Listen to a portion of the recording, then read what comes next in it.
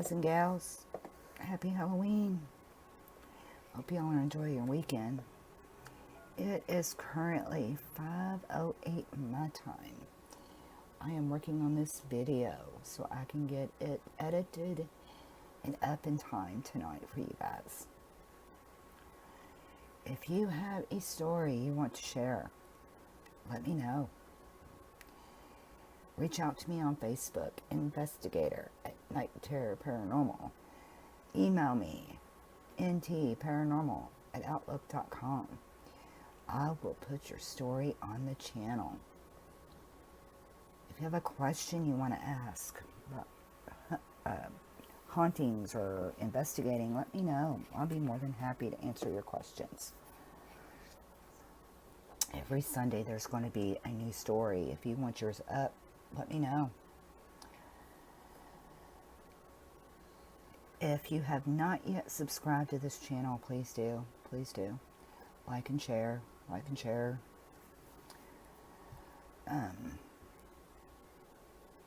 You're not going to miss story time. I promise you. It's going to be good. It's going to be really good. To those of you new to the channel, my name is Ruth Dunn, and I am Night Terror Paranormal. I have had NTP now for 7 years. I've been on YouTube for 5. I've been investigating for 12 years. I have had experience with the paranormal my entire life. And that is no exaggeration. I swear everywhere I have lived has been haunted. Even where I'm at now is haunted. I'm beginning to wonder if I follow it or if it follows me at this point. But yeah, there's me and there is Angie. We are the only 2 investigators with NTP. We both share equipment on investigations. We both share in video. I'm the one that edits everything, and I'm the one that handles this channel. So, if you're not happy with something, I'm the one you need to come to. Yep, I would be that person. We investigate mainly here in the southern Indiana area. We have traveled to northern Indiana, to Kentucky. Right now we are planning a trip to Los Angeles in December. There's a couple places out there. I really want to go by the Los Feliz house. I'm dying, literally, to go by that house. So we have that coming up. We also are looking at going to the school that was used in Jeepers Creepers. We want to go check it out.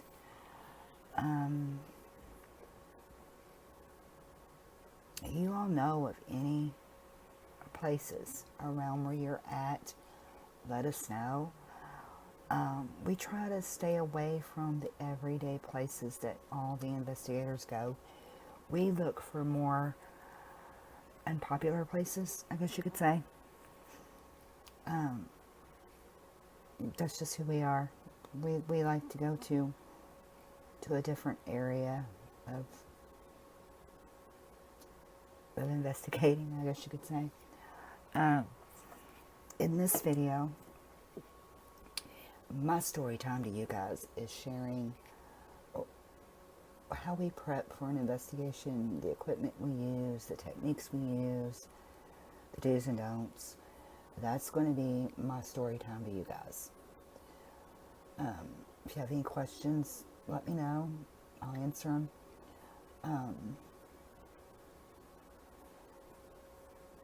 We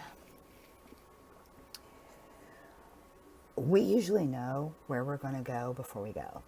There are times that we've been out and about and seen someplace and just stopped and took our phones out and started, taking video and pictures and stuff. But if we are planned to be somewhere, of course, we make sure we have all of our equipment, plenty of batteries. The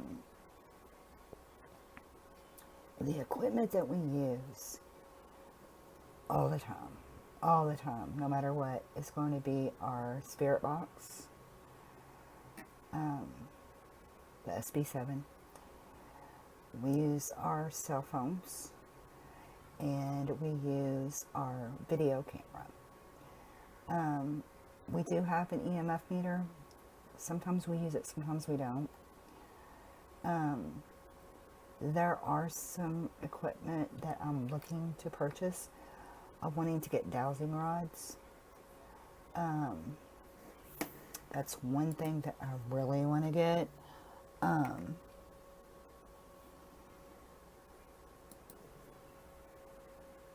don't know why. I just want to give them a try. I really do. That's going to be the next thing that I get. We're also looking at a REM pod. We definitely want to get a REM pod. As far as what we use right now, when we go into an investigation, we both use our cell phones and we use the video camera. If one person's using the video camera, the other person's using a cell phone, or vice versa. That way, what one person don't get, the other person will, or possibly will. We use both our Spirit Box and the Necrophonic app. I like to use both at an investigation. And the reason I like the Necrophonic is the responses that we get are so on point to what we're asking. And we already pretty much know the answer. So when we hear it come through that Necrophonic app, we know we're getting the real deal. We have used the GhostTube app. We don't use it that often, but we have. I do not use a voice recorder. And the only reason I do not use a voice recorder is because you have to be so quiet and still. When you get something, how do you really know it's the real deal? So I try to stay away from a voice recorder. If I'm using the camera or the cell phone and I'm walking through and I'm asking questions, I know that that camera mic or my cell phone is going to pick up an EVP. I've gotten so many videos with just my cell phone picking up an EVP. So if you're just starting out investigating, you don't need fancy equipment. All you need is a good cell phone. A good cell phone will get you where you need to go. When we go into an investigation, we do prepare as far as protection. We pray. And the main thing that we always make sure of is we let the spirits know that they are not welcome to follow us. They are not welcome to attach themselves. We always make that clear. When I do a spirit box, a lot of times when I close out, I will say, okay, I'm saying goodbye now. Sometimes I will do that. Now, the reason I do it sometimes and sometimes I don't is because if I'm doing a spirit box and I'm getting an uneasy feeling, I will say, okay, I'm saying goodbye now, just like you would on a Ouija board. And my belief is, it doesn't matter. Okay, a Ouija board, of course, is a tool to communicate.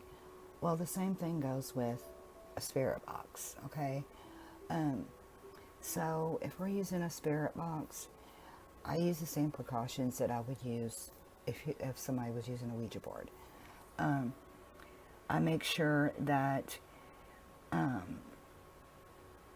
I've got protection, I've got a prayer.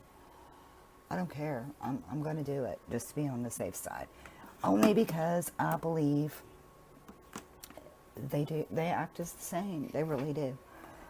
Personally, I don't use a Ouija board. I've never used a Ouija board. I'm not really scared to use one. I just prefer not to.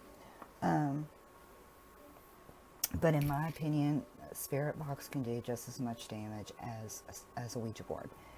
So we make sure that we take precautions when we're using any type of equipment. I made the mistake one time. This is back when I first started investigating. I didn't take the right precautions. And I went in and I ended up with an attachment. I didn't know I had the attachment. I felt different. I knew something was off, but I didn't know what. And somebody else told me, you have an attachment. So that's when I started really double downed on the precautions. So, another thing is, we never taunt. When we go into an investigation and say we're using a spirit box, I try to be polite and say please or thank you. I try not to taunt or be disrespectful, for the simple fact it can go wrong. I don't try to agitate a spirit. I try to be as respectful as I can. Now, there have been times that I have done a spirit box and I have gotten a very vulgar, aggressive spirit, and I have terminated the ghost box session. I just said, you know what, I'm done. You kind of have to go in with a gut feeling. Like, I can go into a place and I can get an overwhelming feel of the atmosphere. I'm a sensitive. I can go into a place and I can say, okay, there's something right here, we gotta go. Or, it's too heavy. I'm feeling agitated. Something's not right. I sense all of that stuff. You literally have to be prepared for everything. So, if you're just starting out, take it slow. Take it real slow. Be respectful, both to the spirits and to property. Take precautions, pray, use whatever type of protection. Some people use sage, some people use prayer. And another thing, we do remote spirit box sessions. I just did one a couple days ago. When we do a remote spirit box session, you don't want to do it in your house. You want to go outside. Never do a spirit box session in your house. I made the mistake a couple days ago. I was doing a spirit box session, and I don't know why I sat there and decided to do it in my living room. I have no clue why. But I did a quick remote spirit box session, and when I got done, I was reviewing it. I had my headphones on, reviewing it, and I happened to look over to the left of me, and my purse strap moved, and I was like, holy shit. So I stopped the video, turned it on record, and sat there for probably 3 minutes waiting on this her strap to move, and it never did. That's when I was like, okay, it's time to do a prayer. I was like, okay, well, that's what you get for doing the spirit box in the house. I wouldn't recommend it. I'd go outside and do it. Never do it in your home. Because you might get something that you're going to have a really hard time getting rid of. But yeah, that's pretty much it as far as when we go on an investigation.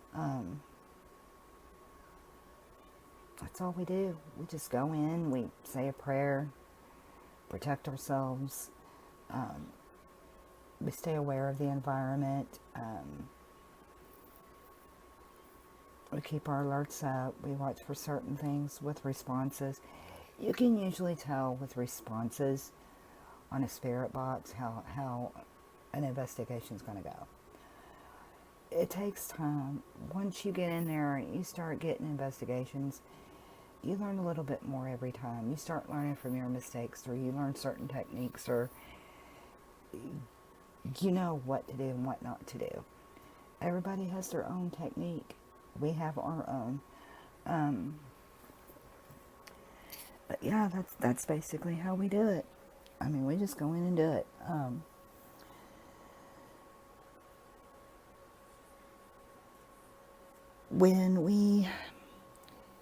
Now there have been times that we've been out driving around and seen an old cemetery that looked really cool and had a bunch of old graves, and we decided to pull off and go in.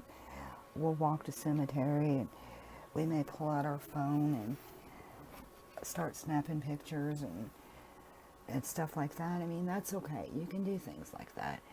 But just be cautious. Always be cautious.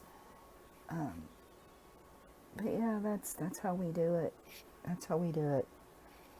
We don't go in disrespecting. We don't intimidate. We don't agitate. We just take care of it. Another thing that I do, sometimes I will do this.